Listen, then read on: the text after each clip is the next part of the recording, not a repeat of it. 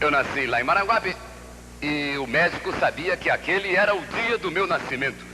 Ele sabia disso e tomou então as providências necessárias. E minha mãe foi levada correndo para a maternidade, levada para a sala, colocada na mesa. E eu só não nasci naquela hora porque aquela não era minha mãe, era minha tia. Que tinha sido levada por engano e por ser solteirona até naquele momento sentiu-se realizada.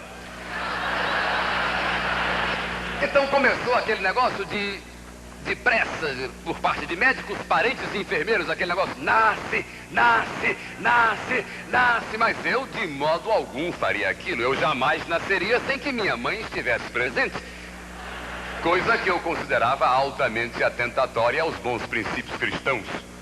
Depois sim, minha mãe chegou e eu nasci. Eu não era exatamente uma criança feia, eu era difícil de ser entendido. Tanto que a enfermeira, logo que me viu, olhou e disse para o médico, doutor, será que não houve engano? Isso aqui está parecendo uma vesícula.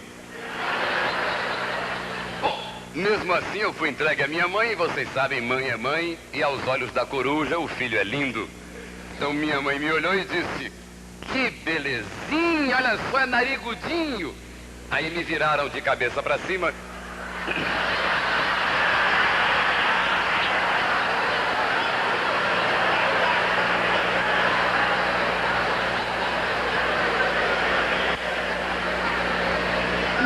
Teve, naturalmente, uma pequena decepção, mas mesmo assim me levou para casa. E eu fiquei em casa guardado. 2 anos depois, disseram ao meu pai, este é o seu filho. Afinal, durante 2 anos ele tinha sido psicologicamente preparado para o choque.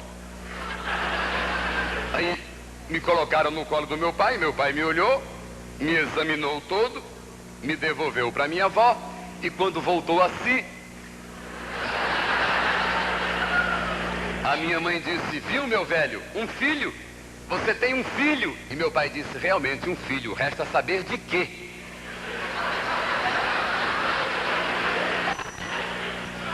Mas, fosse como eu fosse, eu tinha que ser registrado. Esse foi o primeiro problema, porque, primeiro, era saber quem na família tinha peito para sair comigo na rua. Não, eu era tão feio que a babá não empurrava o carrinho, ela puxava. Um dia, a babá, por descuido, colocou um abacaxi no carrinho e saiu para passear com o abacaxi, e a cozinheira quase me corta para me botar na salada de frutas. E vocês vão de convir que um rapaz de bons princípios numa salada de frutas é altamente deprimente. Bom, havia ainda uma segunda corrente na família que achava que eu não devia ser registrado.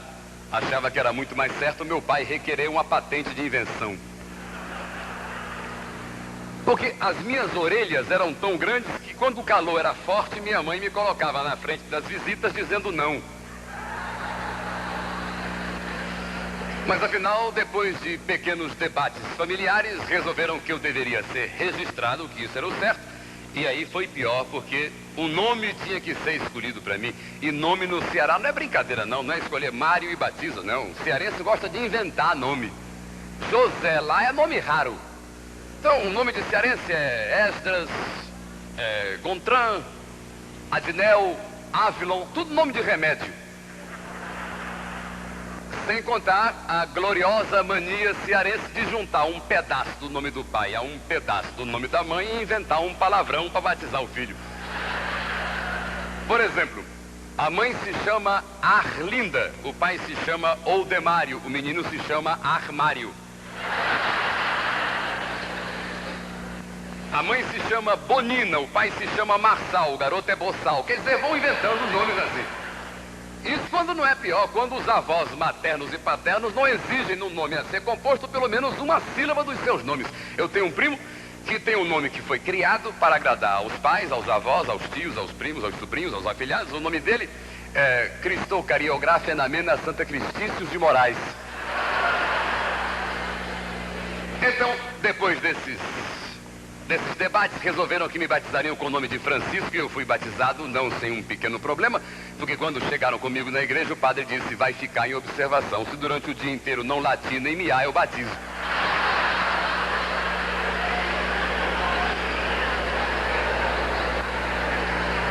como durante todo o dia eu me comportei e me controlei, fui batizado. E do dia do meu nascimento até o dia de hoje, o dia em que venho aqui ganhar um prêmio de melhor humorista de profissão, porque ao Roquete Pinto os políticos não concorrem. Do dia do meu nascimento até hoje, muita água passou debaixo da ponte e muita coisa aconteceu comigo a cada ano da minha vida, porque comigo acontece uma coisa sui generis. A cada ano que passa eu somo um ano à minha idade. Eu sou diferente da minha mulher, que atualmente está com 32 a caminho dos 27. Eu não, eu já tive 1 ano, 2, 3, 4, 5. 5 com 5 anos foi o ano em que eu ganhei a minha primeira bicicleta.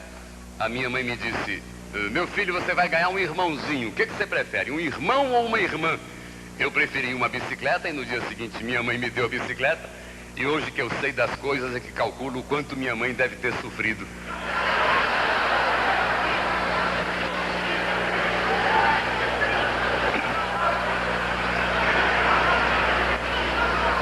Aos 6 anos de idade, eu ainda morava em Maranguape, eu era pequeno, e eu tinha uma mania que era nadar numa lagoa que havia perto da minha casa, uma lagoa convidativa, bonita.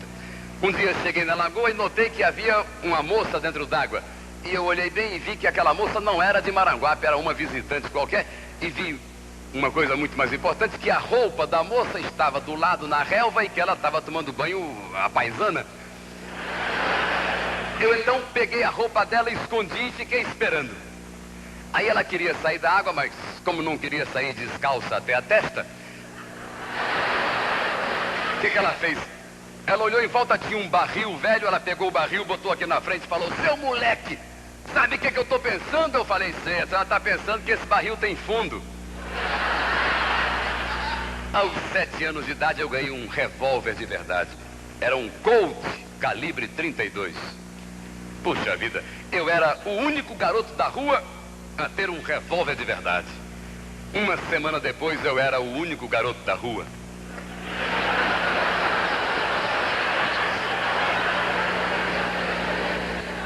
Aos 8 anos, eu brincando com o revólver, engoli 2 balas dele. Engoli 2 balas daquele Colt. Fui levado ao médico correndo, o médico me examinou e falou: perigo de vida não tem, agora convém não virar o garoto na direção de ninguém.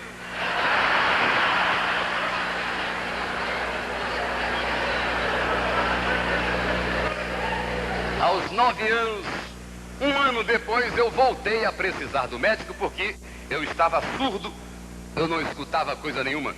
Eu parecia chofer de táxi em dia de chuva, não adiantava me chamar porque eu não ia. Aí me levaram no médico, o médico me examinou e constatou que não era surdez, apenas eu precisava cortar o cabelo.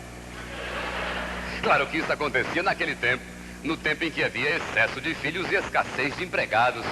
Não hoje em dia, quando as crianças têm uma assistência total e absoluta. Dizem os saudosistas que antigamente havia acidentes, mas não havia crianças neuróticas. Como criança neurótica? Isso não existe. Neurose em criança? Isso é um absurdo, inclusive, discutir isso hoje com meu filho quando ele voltou do psicanalista. 13 anos depois do meu nascimento, exatamente 13 anos após nascer, eu completei 10 anos de idade. Eu era meio atrasado, realmente. Quer dizer, eu era diferente das crianças de hoje, que já sabem tudo a respeito das abelhas e das flores, dos bois e das vacas, dos pais e das copeiras. Eu era bobão mesmo, tanto que tinha um sujeito na minha rua que toda vez que eu passava ele dizia: você viu o casmurro? Eu dizia: que casmurro? Ele dizia: um que te chama de burro. Todo dia. Aí meu pai me disse: meu filho, quando ele aparecer, antes dele perguntar pelo casmurro, você pergunta a ele se ele viu o olegário. Quando ele perguntar que olegário, você fala: um que te chama de otário. Eu aí nem esperei encontrar com ele. Fui à casa dele, bati na porta, ele abriu, eu falei: você viu o olegário? Ele falou: foi pra casa do casmurro. Eu falei: que casmurro?